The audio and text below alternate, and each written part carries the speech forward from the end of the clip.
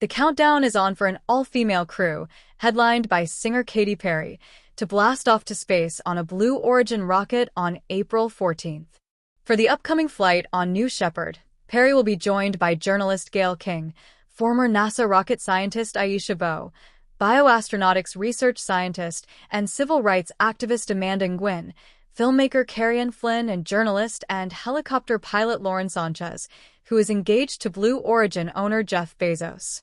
The all-female crew's mission to space is the 11th manned spaceflight for New Shepard and the first all-female spaceflight crew since 1963, according to Blue Origin. The flight will last only around 11 minutes and reach a height of about 65 miles above Earth. The Kármán line, considered the boundary between Earth's atmosphere and outer space, is 62 miles, so Perry and her fellow crew members will not actually be launched into orbit. Here's a look at how the crew is preparing in the countdown to the launch. Meditation and space simulations. In their first interview together as a crew, King told ELLE that she is preparing for the flight by learning to meditate to help ease her anxiety. "I'm starting to meditate.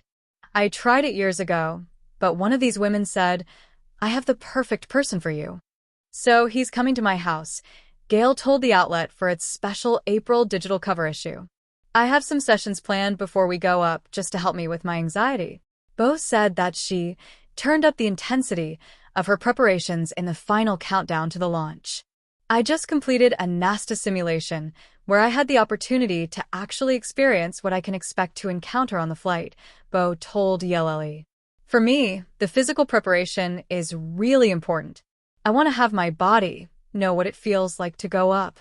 We've got a fighter jet flight booked, and I'm really excited about that." Flynn said she is utilizing zero-gravity simulation flights to get used to the feeling of weightlessness.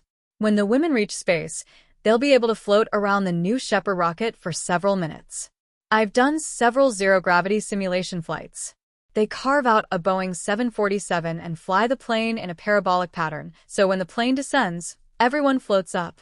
That was to get used to the feeling of weightlessness," Flynn said. "So I think I'm going to have some fun with that when we're up. I also did the NASA training in Philadelphia and experienced up to 5 Gs of pressure. Attending training camp in Texas."